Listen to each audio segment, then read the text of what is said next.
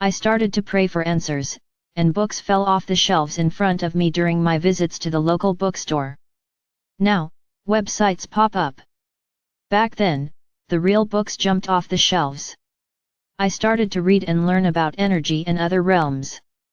Everything I'd ever experienced and all I believed started to make sense within the context of a much broader reality. My traditional faith had been shaken, but my questing led me to focus my feelings, with attention and action, on the love that I felt was the true nature of the divine. The path was a bumpy one. I had to dive within to make peace with myself and came to the conclusion that what lived within wasn't what I thought I was. It wasn't my thoughts, my actions, or my choices. What lived within us, I found, was something far greater. It was this faith, the faith the angels call, focusing the feelings with attention and action in total harmony with love, that has given me a rock-solid belief in things unseen. I no longer believe in the capricious mercy of an external God, because I've shown myself time and again that this magnificent love offers only a constant and steady stream of goodness. It is up to me to focus in a way that taps me into this stream.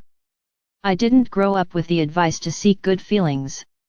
In many unspoken ways, we were taught to suffer nobly. Jesus spent tortuous hours on the cross. I learned to suffer through my crosses too, until Jesus appeared to me years ago, and lovingly but firmly, "Get off the cross." I did that centuries ago. It struck me as obvious when he said it. Why would we suffer on purpose unless we, like him and the rare few, were called to it? Why sit on a leg that is falling asleep in order to answer a few more emails? Why not get up and walk? Why eat a meal that doesn't turn out well instead of blessing it, tossing it, and getting a bowl of cereal?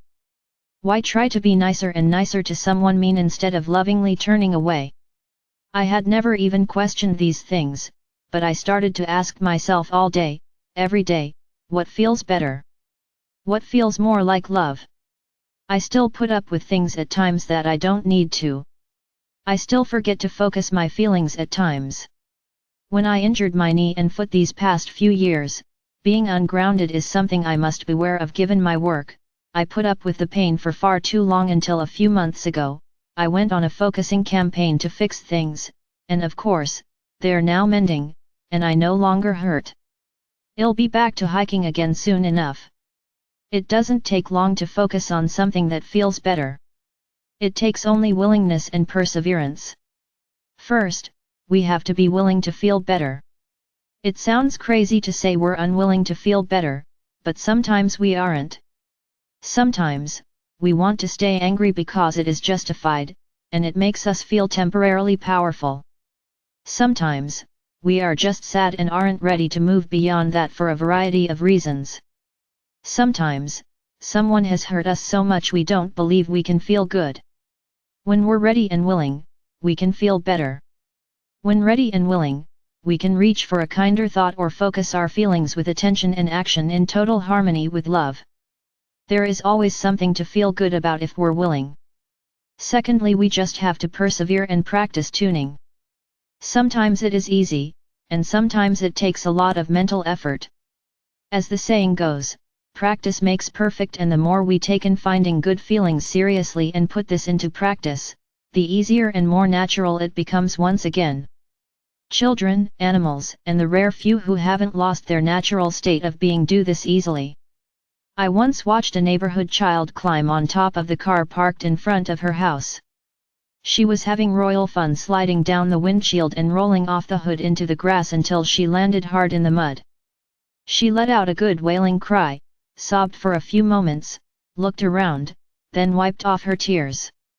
She gave the car a fiercely indignant look for tossing her on the ground, then went on to play with her friends. Within minutes, she was laughing and enjoying life again. The humorous postscript to this story occurred when her dad came out and saw her muddy outfit and torn pants. "What happened to you?" I saw the wheels turn in her mind. She turned on the waterworks and started sobbing. "I fell and hurt myself," she cried.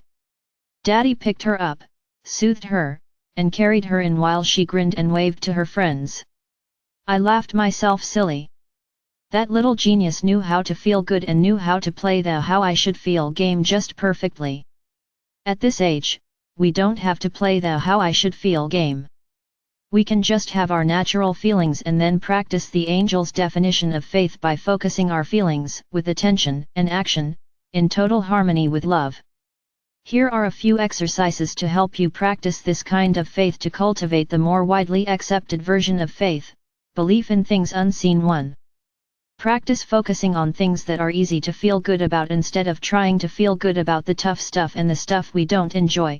It is far easier to tune yourself into love by looking for easy things to feel good about. I don't love doing accounting, but I do love my desk, my hot tea, my accountant, and the fact that I have such brilliant people who can answer all my questions and guide me. I love the cushion on my office chair, the crystals on my desk, and the feel of my keyboard that practically sings under my fingers. I like the feeling of numbers adding up correctly and seeing the year in order. I love reminiscing about the events that are associated with each little receipt.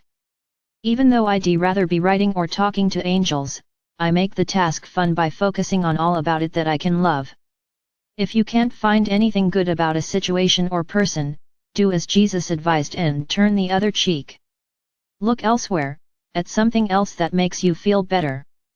It is much easier to practice tuning into love when focused on things and people that are easier to love. As you learn to find the feeling of love, you will be able to call it from within you, even under tough circumstances, even when life doesn't give you a good reason. 2. Collect good feeling thoughts. Keep a photo album, a collection of quotes, a notebook of positive memories, or an inspiring book nearby so when you are in need of something positive, you have some tried and true ways to get there. There are a gazillion ways you can surround yourself with goodness, starting with having things around you that you love, to creating positive playlists, or stocking the fridge with healthy snacks that you enjoy. However you go about it, stack the deck in your favor by having things that can help you focus on good feeling thoughts whenever you're in need of a little assistance. 3. Use symbol, ceremony, or action to put bad feelings aside or transform them. Of course, we have to handle some things in our lives that are unpleasant. However, we don't have to give them more energy than they deserve. If someone is unkind or behaves badly and wobbles you, remind yourself that you deserve to feel good. Write what they said on a piece of paper and shred or bury it as a symbolic release to reclaim your mind. I once wrote something nasty someone said on a piece of TP and flushed it. That's about all the attention unkindness deserves. Alternately, you can transform unpleasant feelings by releasing the energy in a healthy way.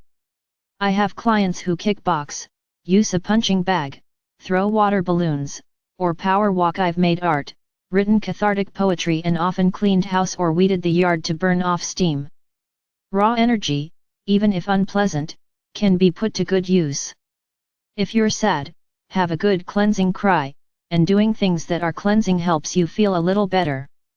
Take an Epsom salt bath. Eat foods that nurture your body. Curl up under a good blanket and feel its softness. Give yourself the space to feel so the love that lives within can help transform those feelings. In whatever way you can, symbolically put bad feelings aside or transform them. My faith in how the universe really works didn't come overnight. I didn't blindly accept what the angels taught me, and what I read in the early days of my seeking. I tried things, went kicking and screaming at times, and eventually proved to myself that we are powerful energetic tuners. When we treat ourselves as beings that can tune rather than machines that have to act as we are supposed to, we can experience what we still call the miraculous in our lives. At the very least, you will live a life filled with love. In a world that tries to focus us on all that is wrong, there is so much good going on. I see it every day in the lives of good people, doing good things, reaching for more. It is deep in the human psyche to desire a life lived in the flow of love. Thought by thought, as we focus our feelings, with attention and action, in total harmony with love, if only starting with love and acceptance for ourselves, our lives begin to shape themselves in more beautiful and loving ways. Have a blessed week. Love, Anne.